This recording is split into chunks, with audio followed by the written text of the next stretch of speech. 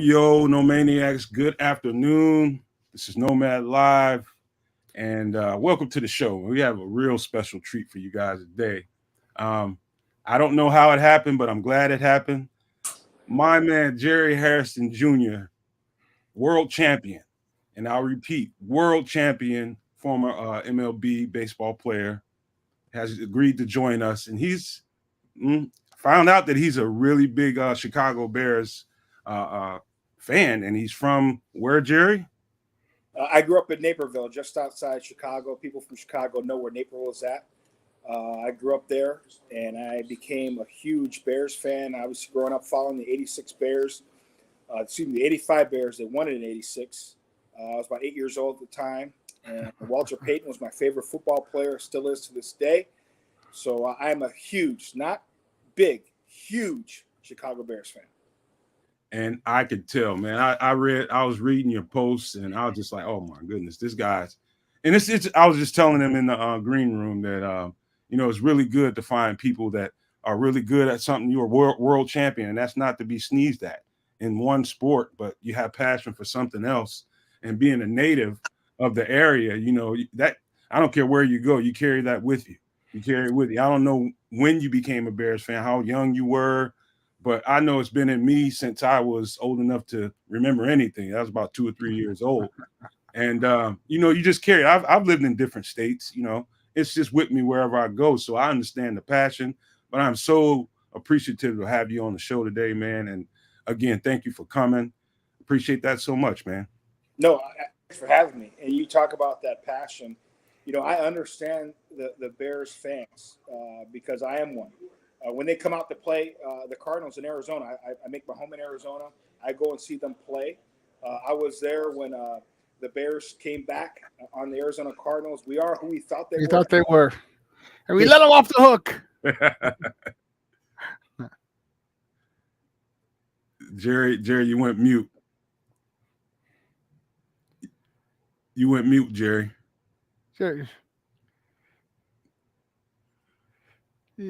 Jerry went mute. I don't know what just happened. I don't know. Oh man. Can he even see you right now? No, he can see me. Oh, is he looking at me inside? Jerry, you went mute. Yeah, you went mute on us, Jerry. Can you unmute? Can you hear us, Jerry? I don't think you can hear us. No. Let's hit him in the chat. Let me say. I got it. Oh, okay.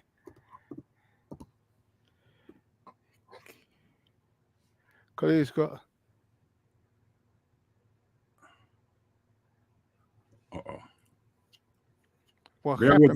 Bear with us, everybody. Hopefully, he's just jumping out to jump back in. Well, hopefully everything will get straightened out on his end technically. I don't know, Chris. Are you messaging him? Yeah, he is. I sent him in the private message. I don't have his Twitter, so you might want to send him something on Twitter. Shawn, if you want to talk, let me go ahead and do that. Yeah. So we were. So I'm looking at it today, and I'm hearing a whole bunch of, just different people, and I don't want to, beat a dead horse. And when we're all talking Caleb Justin, that's fine. It's. Right. We got Jerry back. Let me see. You got him? Can you hear us, Jerry? No. Can you hear us?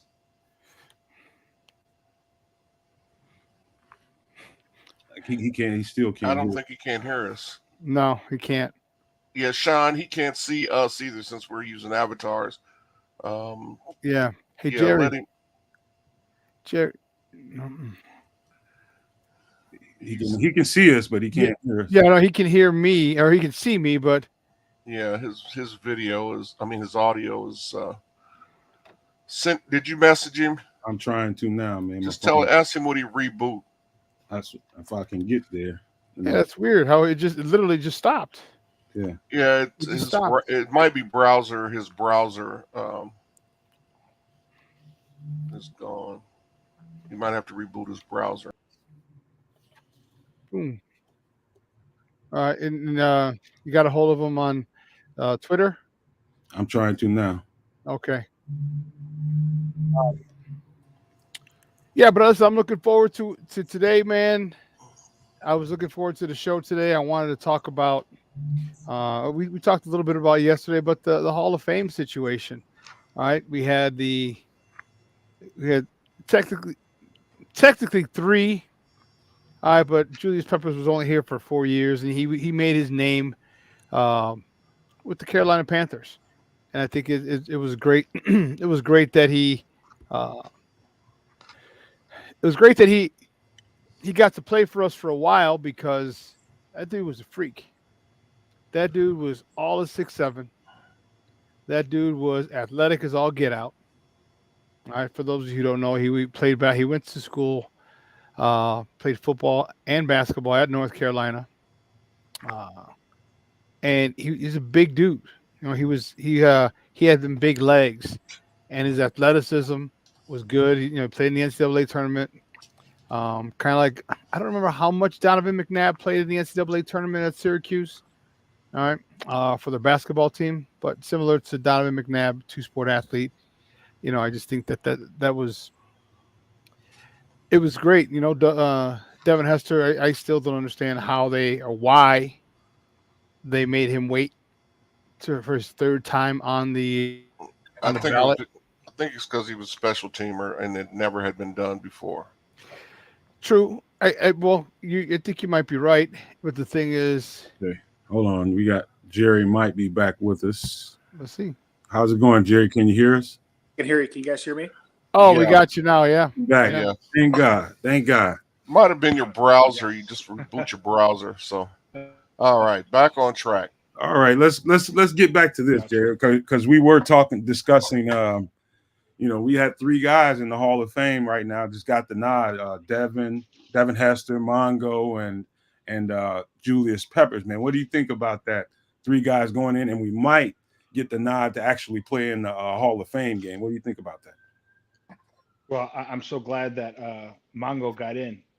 Steve McMichael, so happy he did, and he had a chance to obviously witness it and see it. He was around a lot of family. I know his family is very proud. Incredible defensive lineman. And then you talk about Devin Hester, you know, game-changing punt returner, kickoff returner, and later became a wide receiver. I'm happy he got in because, you know, Hall of Fame is about the very best at what you did at your position. And it's no question that Devin Hester was the greatest kick returner, punt returner ever. So for him to be in the Hall of Fame is awesome. And then Julius Peppers, I used to work out with Julius Peppers in Arizona. He was an absolute monster. And I'm so glad that he got in. Incredible athlete. So he played college basketball as well. So happy for Julius as well.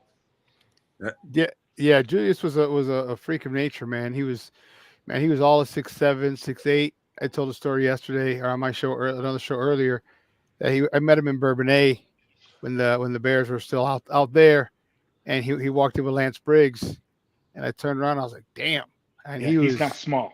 No, he's not a small boy at all, and he's bottom heavy too, so he has big thighs, and he had a V shape. I was like, okay, well, all righty then. How you doing, man?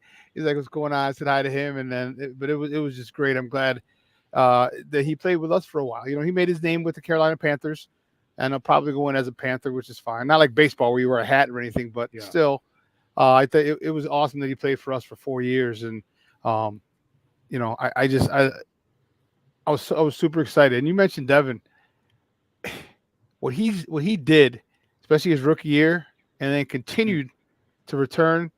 That was. You ever seen any athlete, and you've been up in the show? Excuse me, of course. Any athlete, not necessarily do that, but any athlete take their specific sport by storm, like Devin Hester took the NFL by storm his first couple seasons. You know what? I've seen a lot of athletes. I'll talk about my sport. You know, I was on the team when Yasiel Puig broke into the major leagues. It was a phenomenon. You know, he was must-see TV. He was probably the hottest rookie I've ever seen. He instantly made an impact defensively, offensively, hitting big home runs. And you could make a case he was probably the best athlete at that time, along with Mike Trout in the sport of baseball. Now, obviously, he didn't have the career that Devin Hester had, but I would say Devin Hester would be right there as far as that impact, instant impact. I mean, he was literally instant offense. Every time he went back to either fill a punt or on kickoff return, everybody was at the edge of the seat like, we might score a touchdown. Probably the only other guy I could think of was kind of like that was Deion Sanders. Yep. Right. Deion went out there. He'd do punt returns. And you had that feeling at the edge of your seat that this might be a touchdown, not like gain 30 or 50 yards. You were thinking he's going to take it to the house. And that's what I felt about Devin Hester. So I thought every time he was about to fill a punt or kickoff, I felt like we were on offense. That was our offense on the field with him fielding that punt or kickoff. One of the things about it is that when he was going back for punt, you stopped what you did. You stop what you did. If you're going to the bathroom like that, hold on. Let me just watch this right here. You're going to the kitchen. Hold on. Let me just watch this right here. He was one of those things because you just did not want to miss a Devin Hester return, and he's one of those few athletes that you literally stop what you're doing, and it was awesome. I just so do you remember? See, because when he ran back that Super Bowl. We were nutso, and there are certain plays there's certain times and certain moments in your life where you know where you're at. Like when I was learning about Pearl Harbor, and I wasn't born at that particular point, but I asked my grandmother, Granny, Grandma, I said, what do you remember what you're doing at Pearl Harbor? And she remembered vividly. She goes, oh my God, Mijo. She explained what she was doing. She was ironing my grandfather's shirt and whatever. What were you doing? Where were you watching the game when Devin Hester ran that kickoff back, the opening kickoff back for the Super Bowl? I was in my house in Scottsdale, Arizona, having a family Super Bowl party. Obviously, all of us were rooting for the Bears, and when he ran that opening kickoff, how nuts did it get over there, bro? we didn't hear the commentators because we knew once he broke away, nobody's going to catch it. So we knew it was a touchdown. You know, so we were going nuts, screaming, hollering. It just was insane. For him to run it back was definitely an incredible moment for, the Bears fans, my family. Obviously, it's unfortunate the Bears didn't close out and win that ball game. But I remember when Devin Hester ran back that punt to put us ahead. I don't know if you guys heard me earlier. I was talking about the Bears are who we thought they were. Well, I was at that game in Arizona. Oh, you were? The Cardinals. I was at that game because I lived in Arizona. And I remember, I had the throwback Walter Payton jersey on, and fans behind me were huge Cardinal fans, and they were giving it to me. Because Bears are getting beat down pretty good up to halftime. Halftime. If I remember correctly, I think we were scoreless, right? I don't think we scored a point. I think you might. I don't know if it's either that or 3, but it was probably it was probably say 24-3. Let's say it was something like that, or 24-0. Whatever it was, we were down by a ton. Okay, and I remember saying, man, if we can find a way to just get something on the board, a touchdown, we can come back in this game, because the Bears defense, as we know, was elite. And then we had Devin Hester. So the Bears I think they scored 2 defensive touchdowns. I think Brown scored on a fumble recovery. I want to say it was Mark Anderson with the sack and Brown with the scoop and score. Yep. Yeah, Brown had a scoop and score. And I think Brian Urlacher. Yeah, Brian Urlacher ripped Edgerrin James, I believe. It was, yes, sir. And then we scored a touchdown. And I just remember, I'm sitting there going, just please kick it to Devin Hester. Because I was, as Bears fans, you guys remember, we were like, well, I hope he doesn't kick it out of bounds. Yeah. I hope he doesn't kick it out of bounds.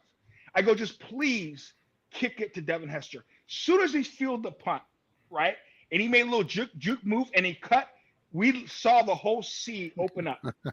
And at the stadium was the loudest because there was probably 80% Bears fans there in Arizona. Mm-hmm. And it was just so loud. And I remember when Devin probably was at the 20, I turned around the guys that were just heckling me all game. I go, hurts, doesn't it? Hurts, doesn't it? And then it said, and then they missed a field goal. And obviously, we were able to win the game. But it was an epic, epic game. And Devin Hester definitely made memories for all of us Bears fans. So, hey, Jerry, man, by the way, I was down in Bourbonnais for that camp too when he was a rookie. Man, I'm going to tell you that electricity that he brought to the stadium during the game, man, it was there in practice, man. I mean, that place, every time he touched the ball, man, you can hear it, you can feel it. I mean, you can almost taste the electricity. And at the time, he was just, to me, he was the piece that they needed to really propel them over the top. And I just, while we're talking about, and I think they should have won that championship. They did not. I think the weather, the rain slowed down The a rain fast hurt, defense. Yeah. But so Jerry, you come from a unique perspective, man. You're a world champion, and what it takes to be a world champion is what makes you absolutely unique. There's not very many world champions on earth. I mean, there are some, there are a plethora of them, but everybody won't feel that in their lifetime. You know what that feels like. And taking that mindset to what Ryan Poles is doing right now, and the mindset is, what do we need to do here? Do we build? Do we see enough momentum during this season with the team that we had and the leader that we have at quarterback to make us feel like we can stand pat and take the bounty in front of us, given the talent of Caleb Williams? I kind of know where you're going, but let the fans know what you think about that particular scenario. Well, listen, I know the Bears fans are extremely passionate and rightfully so. They've been frustrated. I've been frustrated as a Bears fan. I said earlier, I've been a Bears fan since 1983, and we've seen one championship in my lifetime.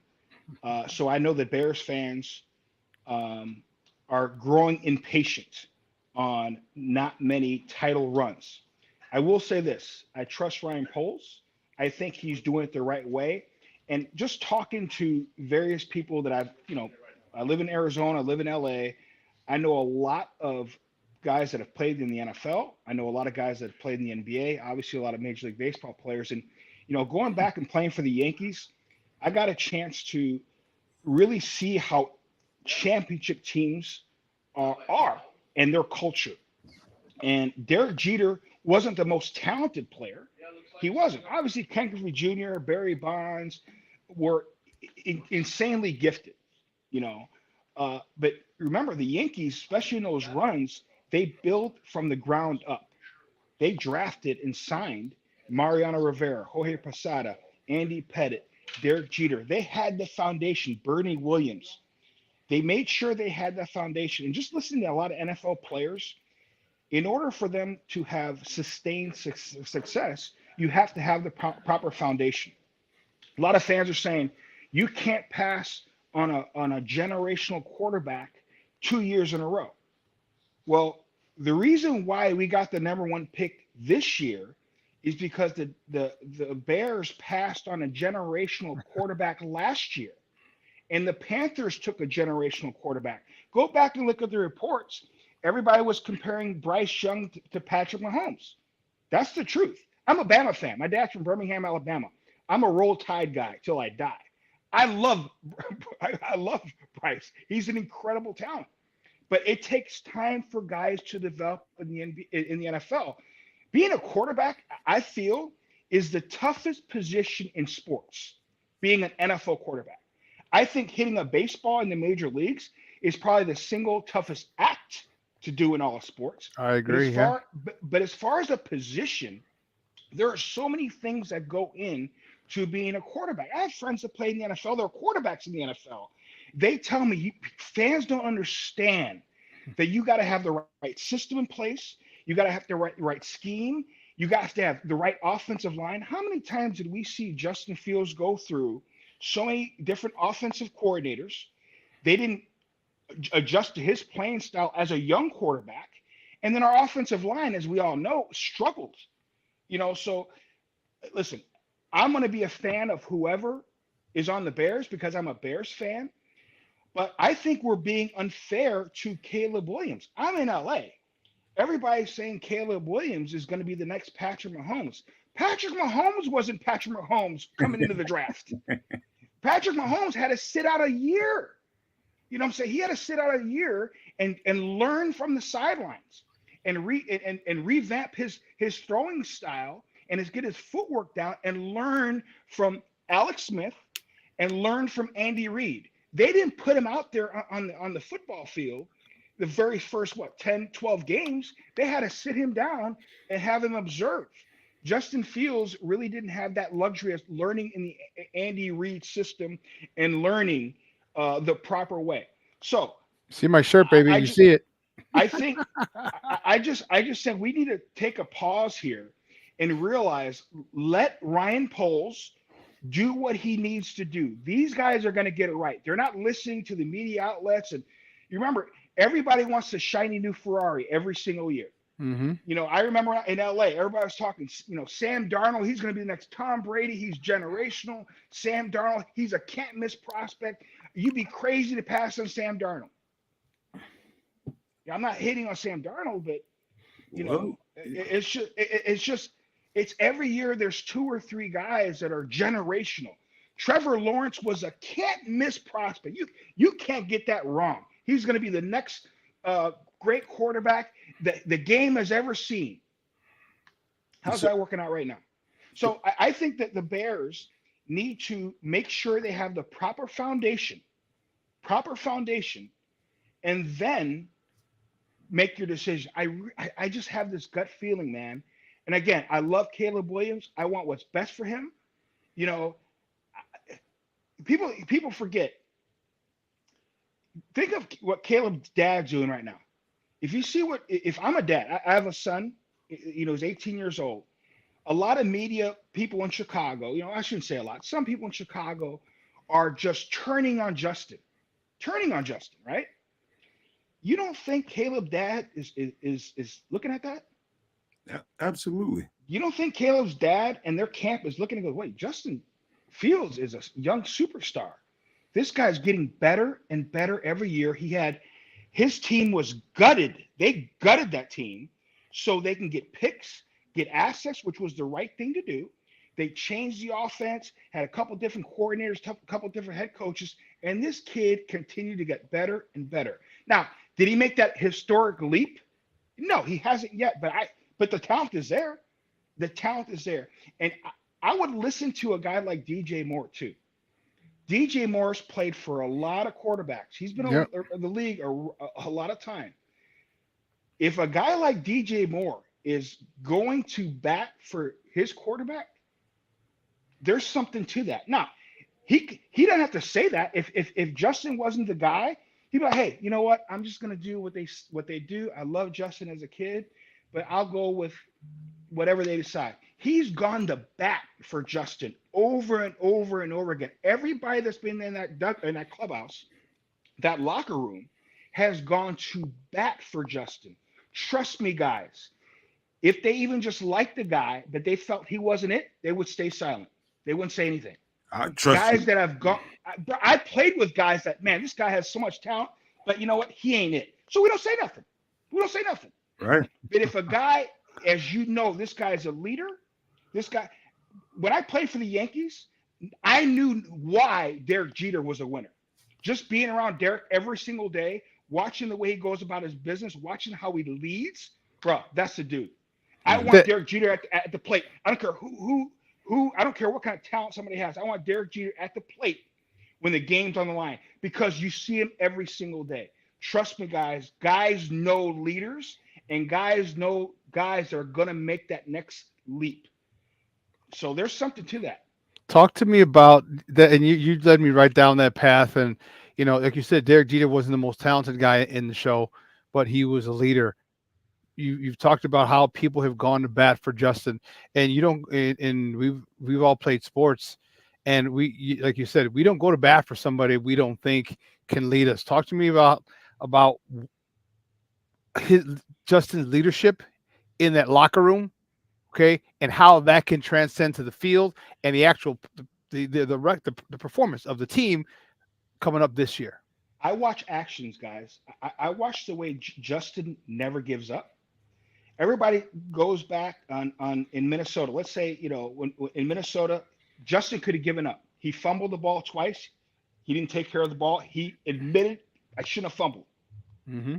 Bad on him. He comes back and leads the team on the road to get a chance for a field goal. We win the game. How many times has Justin said hike, right? And the defense is in his face. He's scrambling, running, tough to take down, does not give up, scrambles for a first down. I'll never forget against the Falcons, I believe. Bro, this guy was sacked twice, escaped and eluded the defensive line, ran for a first down, and he goes to the sidelines. Look at the reaction of his teammates.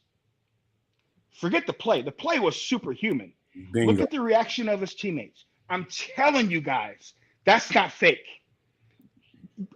Teammates know. Your team knows that's the alpha. He's the alpha. We're going to follow him. That's rare in sports, man. I'm telling you, Jerry, that's rare in sports. Jerry, you know that. Now all of us, everybody that's in this panel right now, on this panel right now, has played ball at a certain level. You're a professional. None of us became one. But even at the college ranks, the high school ranks, there's a certain thing that happens, especially in a locker room. And there's a natural, like a pack of puppies, and you naturally, everybody naturally finds their place. And then there's that 1, 2, 3 guys that really stand out, and you started talking about it. There's certain guys that have a certain something to them that you can't really put your finger on, but it's there, and you can't really name it. It's just something. And that's something with this kid I've always seen in him. Given the circumstances of a teardown, a first-year lame-duck quarterback, and probably being thrust out on the field when he wasn't ready to be out there 100%, and having to survive a teardown and then get another coordinator to into your second year with that same coordinator, rather. And he not designed the kind of play style that's suited for what you do. And to get blamed for that, you are absolutely right about Caleb's camp.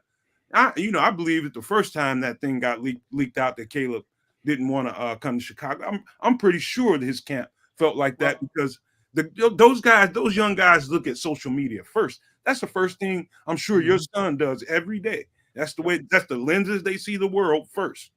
And so listen, and Caleb, I think he is extremely talented. I think and I hope he has an incredible career in the NFL. I met Caleb. He came to Dodger Stadium. He was a big baseball fan. We had a bobblehead for Caleb here at Dodger Stadium. He's just a great kid, and I wish nothing but the best for him. And that's what's so unique about this situation from my eyes. I look at guys that come into the league. I want to see them have success, especially for the guy that I just met in Caleb Williams. I hear he's a great kid. I want to see him have success without question. And the hype that they're putting on this kid, he's the next Patrick Mahomes. That's like saying he's the next Michael Jordan. Let's be real. Patrick Mahomes wins another Super Bowl in a couple days. They're going to start talking about Patrick Mahomes being Tom Brady and Michael Jordan. So we're telling kids that a kid that's coming in, he's going to be the next Patrick Mahomes. You know how crazy that is? That's unfair to Caleb Williams. Mm-hmm. Now, could he become that? I don't know. I hope he does, for his sake. But what if he doesn't?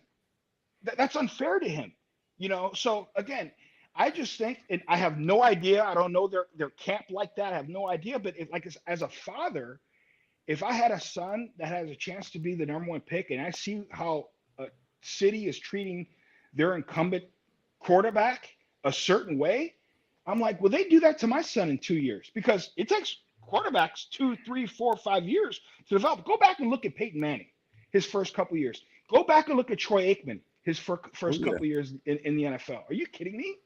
You know what I'm saying? So it takes quarterbacks a few years to find their footing. And Justin Fields has survived an incredible, you talk about the teardown, the different offenses wasn't even designed for him. It was a joke the way they treated Justin. And I think Ryan Poles and that staff understand that. And I will say one other thing too. I have friends that have played in the NFL that were quarterbacks. This is what they said. If Caleb Williams was their pick, and I still think Caleb Williams is going to be the number one pick. Caleb Williams is going to be the number one pick of the draft. But if a team was going to, for sure, draft Caleb Williams, they would hire Cliff to be their offensive coordinator. Do you know why? You know why? Because they said it's a lot easier, a transition for a rookie quarterback, and especially 1 or 2 years in the league. You want to make it as easy as possible for them. How do you make that transition easy for him? Put him basically in the same offense or have the same similar coach or the same coach, Cliff, that he had. Why wouldn't you do that? This makes too much sense. It makes Doesn't too that much sense. And I said, that makes sense. We talked about it the other day, and go ahead, man. In fact, when I said that on Twitter and I saw that you liked it, and I've been, if anybody follows me on Twitter, I'm constantly trying to make common sense again. You know what I mean? When you see certain things written on the wall, man, it's just you can overthink something, and then you could really pay attention to the detail. And there's a reason why Magic Johnson becomes the owner of, you know what happened in LA when he became the owner. Big swings start to happen, and he became part of the ownership in DC. This story writes itself, man. Caleb is a DC kid. They've got this guy from his college years, the guy that he's comfortable with, and brought him in, and they're sitting at number 2. It's pretty clear what their intention is. Whether someone wants to agree with that or abide by what I'm saying or you're saying about that is another thing. But if you just pay attention to the details, it's pretty clear what they have set up and what they have planned to do. And to me, it's the right thing to do. When you got a team that you just tore it down, you won't ever get this many opportunities to build that team back the way it needs to, and you're not quarterback thirsty.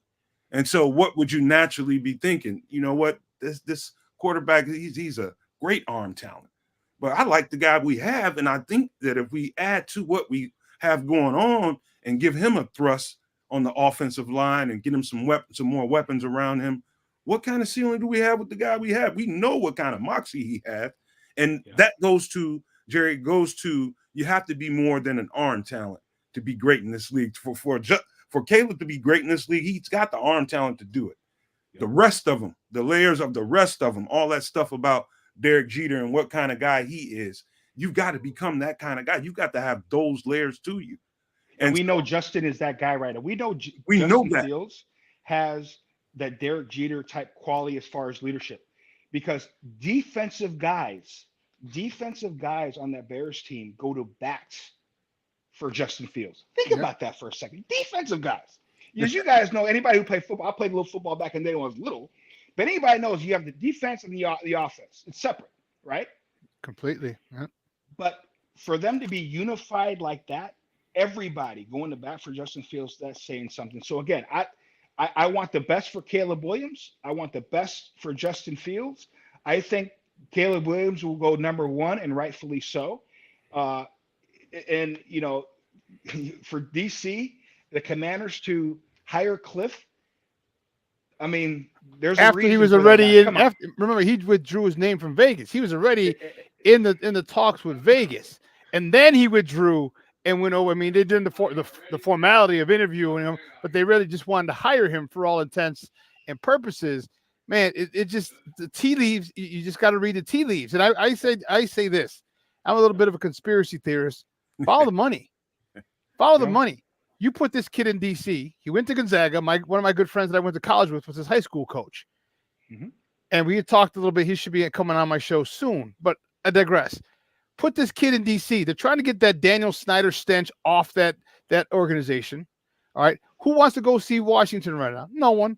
Who's going to go see Washington if the local kid who's the next generational quarterback's on see? Oh, a whole bunch of people. I said, look what it did for the Blackhawks when Connor Bedard got it. Look what it did to the Chicago Bulls when Derrick Rose was the Bulls got the number 1 pick to get Derrick Rose. You're going to see the ticket sales are going to go through the roof. Jersey sales are going to go through the roof. I'm like, and this is about money. This is about chess. This is not checkers. Him in DC makes the most sense financially. for the league, for Washington, but also the league. And I'm begging some in the Chicago media. Not all. Listen, I love Chicago. I know we're passionate. The media's passionate. Fan base are passionate. But I'm urging the fans of Chicago that are in Chicago, the media in Chicago, trust me when I say this. If you dog Justin Fields, every time you dog Justin Fields, guess who's looking at that? If you want Caleb Williams, guess who's looking at that? Of course. I'm telling you, athletes look at situations, especially when they become free agents. Right before they become free agents, they start to look at, okay, I'm not going to go play here because they treated this guy. They treated this guy this way. How are they going to treat me? I'm telling you, athletes talk. They talk and they observe. You made a great point because remember when not a lot of free agents wanted to come here after Michael left. Remember the way they treated Michael Jordan because Jerry Reinsdorf made a comment like, I hope I don't regret this when he signed to a $30 million contract. And he was like, basically like, wait a minute, you got this new stadium because of me. What do you mean you hope you don't regret this? So yeah, that's a phenomenal point because, you know, they really know not until Derrick Rose came here did we really get any free agents. You know what I mean? Nobody wanted to come here because they saw if they figured if they do this to the greatest player ever, what are they going to do to me? Right. I mean, listen, I just want to make sure. I hope Caleb Williams has an incredible career. I think he's a good kid, and I want what's best for him. And if I'm going to take not being a Bears fan, let's say I'm just an observer. I'm an athlete. I'm just observing. I'm just strictly athlete, looking at it as an athlete. Does he have a longer leash if he becomes a Commanders quarterback, or does he have a longer leash if he becomes a Bears quarterback? I think if he becomes a Bears quarterback, he's got to win instantly. He has to win instantly. Or if he becomes a Commanders quarterback, he goes and they're going to give him a long leash, let him develop. We don't have to win because the Bears are starting to get to a win now. Next year is the year they need to win. Yep. Right. Let's be real. Let's be real. Next year is the year they need to win. So if I'm Caleb's camp, do I say, okay, do I go to a win now situation where there's going to be so much pressure for him? Or do I go somewhere? Do I go back home like DC where I'm going to be loved no matter what? If I fall on my face for a couple of years like Troy Aikman did, like Peyton Manning did, I'm still going to be loved. You know what I'm saying? And I get a couple of years to develop. And by year 4, 5, and 6, I'm really starting to hit the ground running. Is that a better situation? Again, I'm trying to talk like how they are in their camp, you know, because they're going to have some decisions to make. But listen, I'm a Bears fan. I'm going to root for whoever is behind center. I just feel like, bro, Justin Fields is on the verge of taking that next step, especially with the offensive coordinator that they just hired. Look who they hired. Yes. The offensive coordinator. Right. What did he do to Geno? You don't think he's going, man, if I did this for Geno, I'm going to do to Justin Fields, who is uberly talented, has a way strong arm. We know Justin Fields throws an incredible deep ball. It's just the offensive line didn't give him a lot of chance to protect him to see it. Right. I just think Justin's on the very cusp of taking that huge leap, man. I really believe that. Jerry, if you don't mind, this is Jerry Harrison Jr., world champion Jerry Harrison Jr. Jerry, if you don't mind hanging on while we take a quick station identification, I just got one more question to ask you on the other side of it, if you don't mind. Cool. I got one for you too, Jerry. Cool. The best Chicago Bears content anywhere. Catch Nomad live pregame 1 hour prior to kickoff and Nomad at night postgame, and every Friday evening at 7 p.m. Central on all the most popular streaming platforms, and only on the Nomad Network. Appreciate that. Our producer Chris. Just one last question now.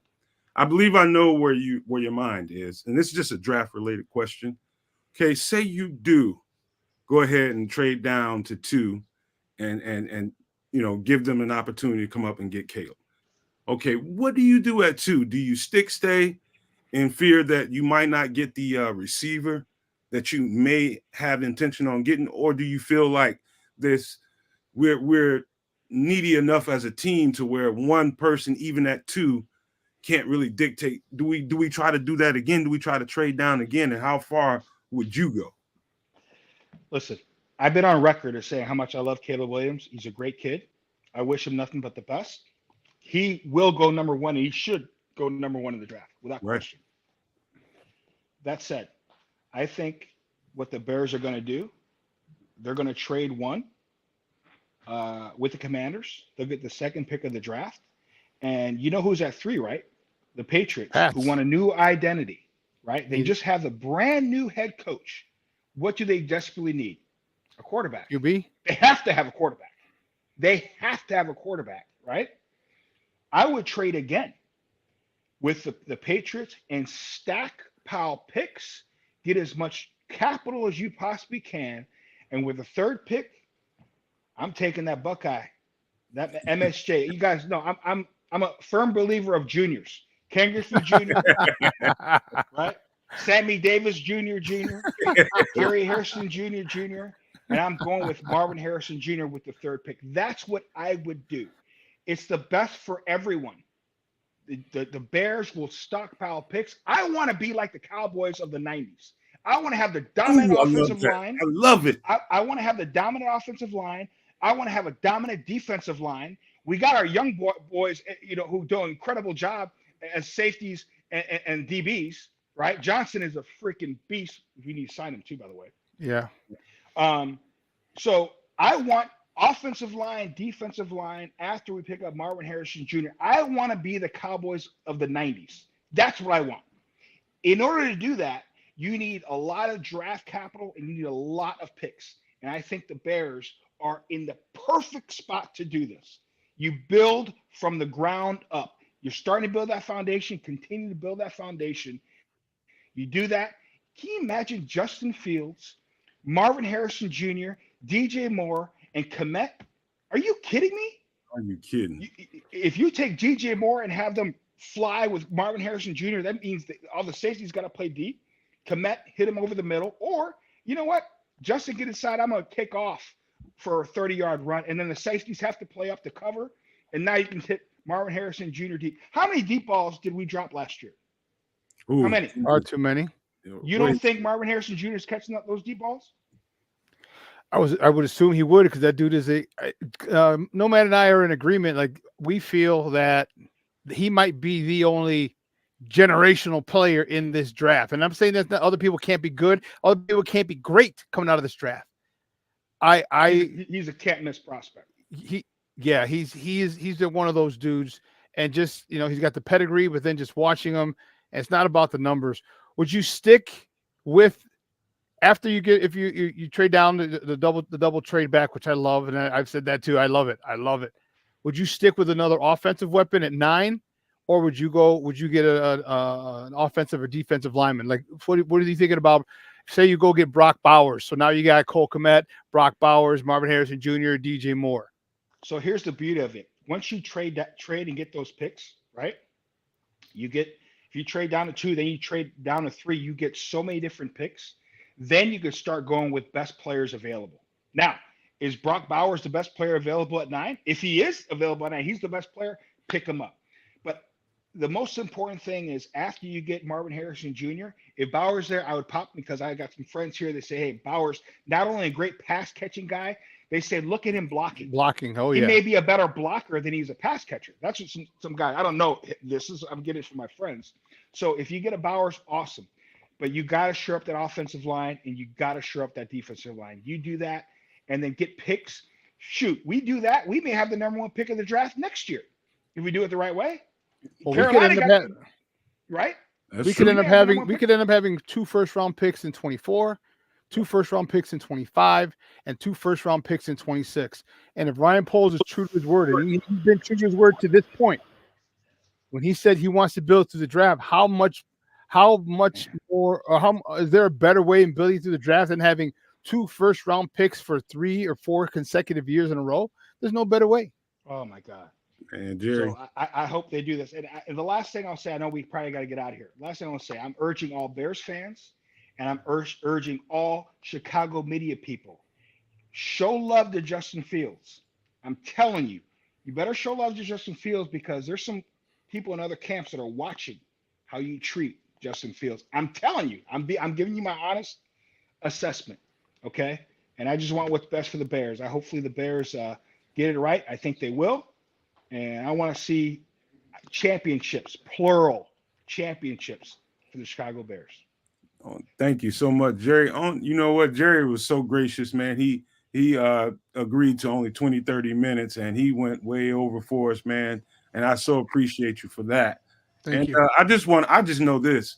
I think pretty soon, Jerry, I think in March, I think come free agent, first couple of days of the free agent period, man, I just want to ask you to come back, because then we'll have a better idea of what the target plan may be. Come draft time, we'll actually have an idea of what we still won't know exactly what they're going to do in the draft as far as the number one pick, but we'll have an idea on who they might be targeting for what reason, because they'll show some signals by the pieces that they get in free agency. So if you don't mind, I love your mind and the way you think about this, and the fact that you're a Chicago native, man. You're welcome to this show anytime you want to come on. And so I appreciate it. I'll be here. We'll be in the middle of spring training, but that's okay. I'll be here. Please Jerry, do me a favor. Jerry, I had one question before you leave, man. Again, I want to thank you for coming and spending some time with us. For those of you who don't know, Jerry Hairston Sr. Was a longtime Chicago White Sox player. Yeah. Sorry. Exactly. Sorry, I got a little fired up there. So, Jerry, I wanted to ask you: does your dad? You mentioned how he's still got plenty of spark in him. Does he mention to you that his lifetime batting average is 258 and yours is 257? I'm so glad you brought that up. I don't mind that his batting average was a tick below. If you guys go back, it's always on YouTube, it's on Twitter, TikTok now. There's a base hit that was robbed from me. Todd Helton stepped off the bag. He was 15 feet off the bag. And I was past the bag, and I touched it. They called me out. If I get that hit, me and my dad will be tied in batting average. Same average. I was robbed. If you go back, they calculated. We would have the exact same batting average. So I pulled that out on the golf course and said, "Daddy, listen what happened to me." And he goes, "Stop crying. I didn't teach you to be a crier. Be a man." And then I drop it. Well, man, I just wondered that when you told me that you and him have a great father-son relationship and a little competitive. I saw that, because I'm a numbers guy, and I thought I might have to ask him about that. So that's great. That's a great story. Listen, my dad was a better hitter than I was. He just was. I got more opportunities because I could play a variety of positions. I was a better athlete, but my dad was definitely a better hitter than I was. No question. Well, I'll tell you what, man, you give him and your sons and your family our best. And again, like I said, thanks for joining us. Anytime, guys. Appreciate you, man. Appreciate you, Jerry, man. See, hey, keep in contact, man. I will keep in contact with you. Go Bears. Yes, Bear sir. down, baby. You're damn right. That's Jerry Harrison Jr., world champion Jerry Harrison Jr., man. I so appreciate him coming on. It was short notice. And he right away, he agreed to come on the show. So you could tell he's passionate about our team, man. And even being way in California and Arizona, I keep telling people, I don't care where I moved, it came with me. So it's been with me since I was a toddler. It's part of my DNA. Football is part of my DNA. I love that before I love the girl. And so what that tell you about it? So I just appreciate that guy so much, man. And hey, man, Shawn, the way he sees it and the way we see it is very practical. The whole thing about the locker room and the teammates sticking up for people. But what does he know? What do we know? We haven't been. I say this stuff every day on Twitter, man. I'm trying to tell people that that stuff means something. You can't sit in your plush office in Hallis Hall and just ignore that because you got virtues of doing something else. What risk are you putting in front of this team by breaking that up and putting another guy? You know what signal that sends? That means they're not ready to win right now. And we're trying to do things to ramp up and get ourselves ready. What we showed and put on the field, we feel like we're ready to win now. And bringing a rookie quarterback, and you think that's helping them down that line, that's going to disjoint that locker room. And he knows it. I said it before. I said I think Poles already knows what he's going to do. I think he's set on keeping Justin. And it's And we got some more trolls here, Mr. Scrolls, and I love it, but the thing is that I personally think he's just waiting for a deal. All right, he's waiting to collect all the deals. I told you how I think, dude. He's gonna walk into the scouting combine, okay, down in Indianapolis like Vince McMahon, bro. He's just gonna walk in and be like, "Give me your proposal. Give me yours. Give me yours. What do you got?" I mean, he literally has that opportunity. Now, I mean, of course, this little hyperbole, for example, for a couple laughs, but he's in the driver's seat, and I think he understands. And the one thing that I said to Jerry, he has not strayed from his word. He is not, as much to our dismay as fans may have not. He has been true to his word. He's building through the draft. I remember a lot of people were pissed, like, why are you drafting these 2 DBs in the second round? What the hell's going on? DBs? And now look at them. All right, those boys, talking Kyler Gordon, talking Jaquan Brisker, all those dudes are studs. Okay, we have to trust him. People, a lot of people, some people like the Darnell Wright pick, and a lot of people didn't. All right, what happened? Darnell Wright, first team all rookie. Okay, this kid, Tyreek Stevenson, second team all rookie. So you start getting this, then don't forget the DJ Moore. Look at what he's done. And yeah, and if you want to bring up the Chase Claypool thing, please do, because you know what? Because if you look again, life is about perspective. If you look at it and say it's a swing and miss, I'll say, guess what? He wasn't scared to take another swing the following year, and that netted some guy named Montez something or other who was pretty good or something. You see what I mean? Like, This guy has cojones, bro. He's building through the draft. When there's a chance and you can get in there and take a sniper shot at a free agent, he did. First one he missed, second one, he hit on big time.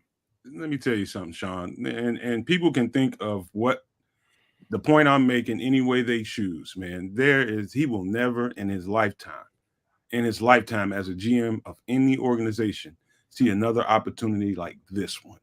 After you've torn down a roster and came in with your mind set on rebuilding it in the way that you think it ought to be built, you won't ever get this opportunity again to do exactly what you told these people you're going to do, build it through the draft. You can't, you would never look at this as a QB thirsty GM and say, this is, with all the needs that we have, we need to get this guy, because that's just, it doesn't make good sense. But people don't want to really pay attention to it because we live in a world where people want to believe what they want to believe because it makes them feel better, and, I'm going to quit arguing with people. I'm just going to say what I got to say and let it sit where it is. And people can fuss and argue about me, not like me, all that kind of crap. I don't care, man. But that's just the way I see it. I have a practical mind when it comes to that right there. And it's just simple to see to me. It's like, you will never, ever have this opportunity again. Why not take advantage of it? Wait, you're not talking Ryan Poles. I don't know if any other GM in the NFL was going to have this opportunity. Like, how many things had to go right for us to – last year we had to have Lovey in that last game, okay? And then a lot of things had to go right. Carolina had to be that bad this year for us to get the number 1 pick again. It would be extremely difficult. Remember, don't forget, we traded down 1 pick last year to get so the Eagles can get Carter. We got a 4th round pick for that. This will be, once that trade is done, this will be a bigger trade. Last year's number 1 pick, this will be a bigger trade than a Herschel Walker deal, hands down. Because we're going to end up getting 2 first-round picks, as I said, in 24, 25, 26. 2 first-round picks for 3 years in a row? Talk about sustained success and building the opportunity to be a champion multiple times over with the kind of capital that he can get. Well, and you know what? The other thing I want to address is the people that keep talking, and one of the gentlemen in the chat said it, is that, either Poles needs to reset the quarterback clock or drafting Caleb is going to get him more time. Well, you know what else will get him more time? Winning. Exactly. And if they win next year, if they win the next 2 years, they win for the next 5 years, guess who your general manager is going to be? It's going to be Ryan Poles.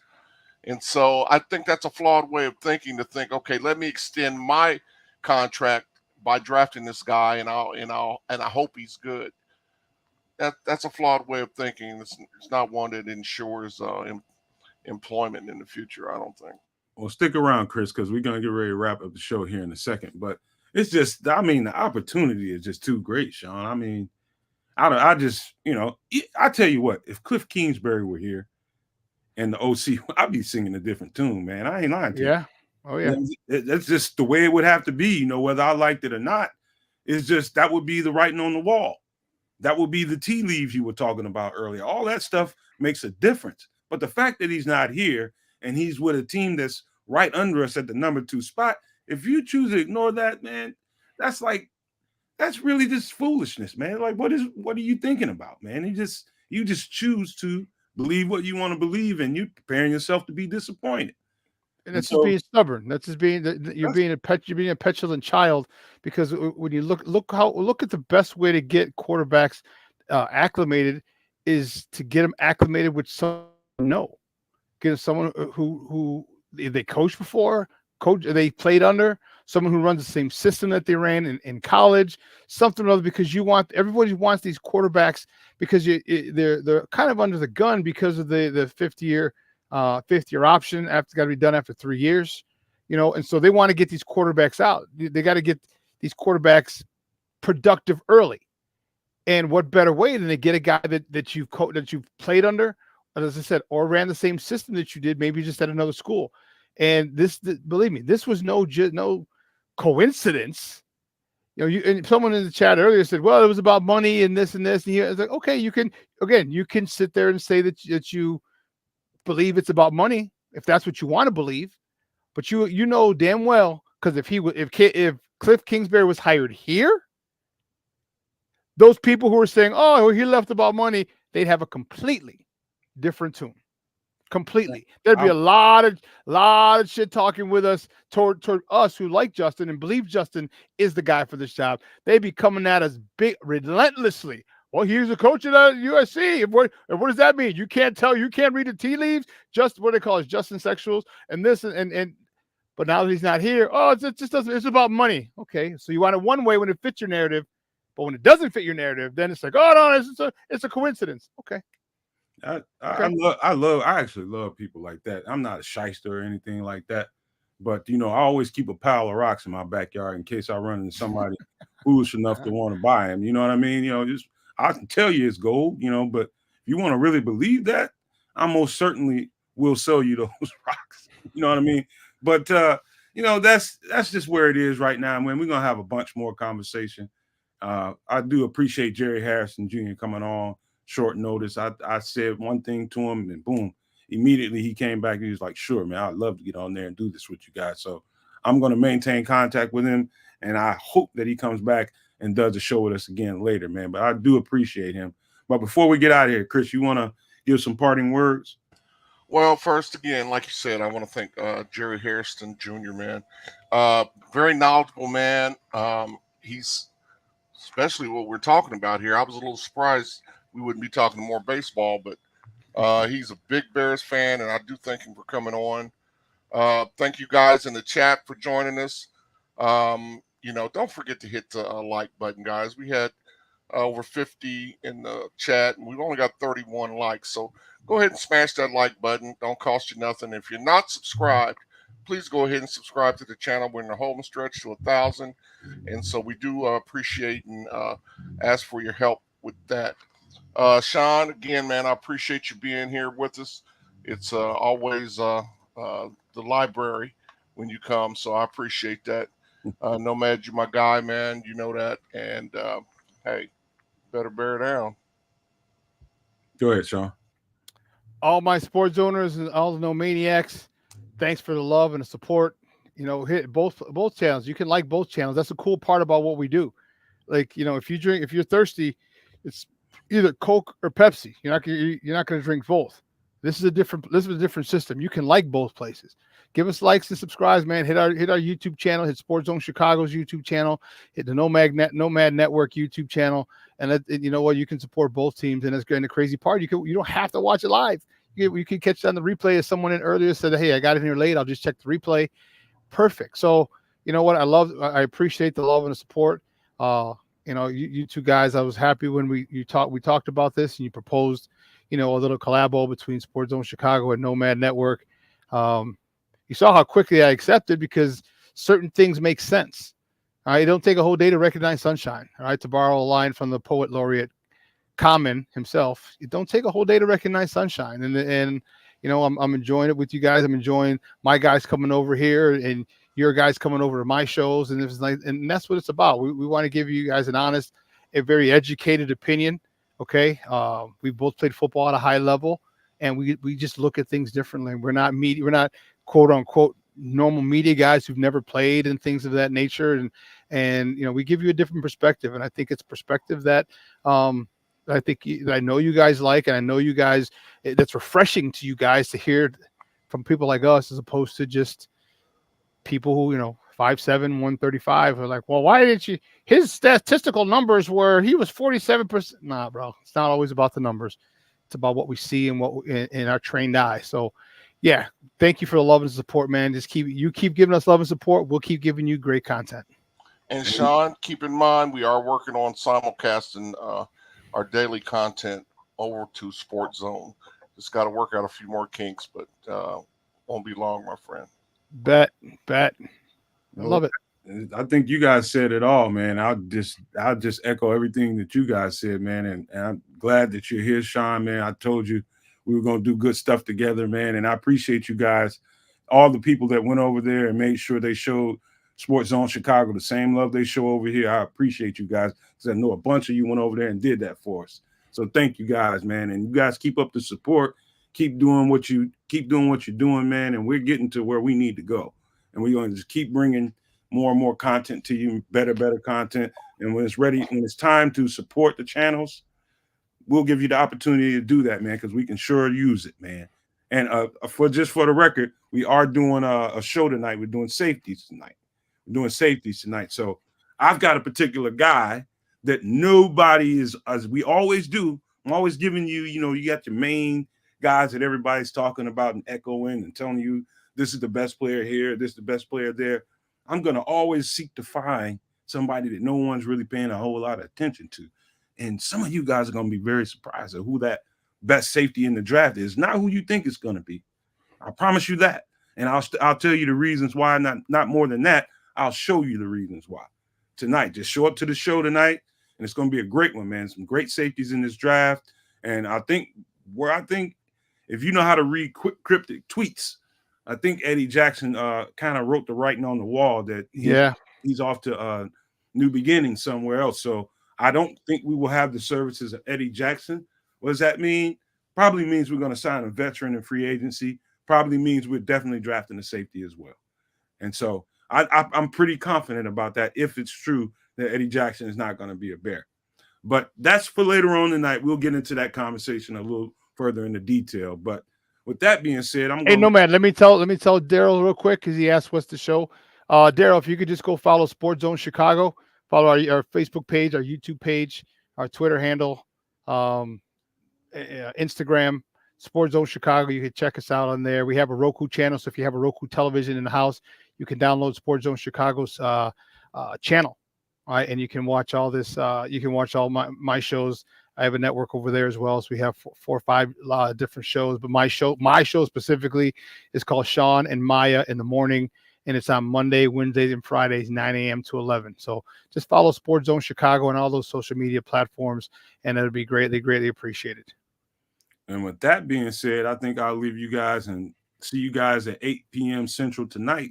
I'll just leave you guys with these famous words: love, peace, and hair grease, y'all.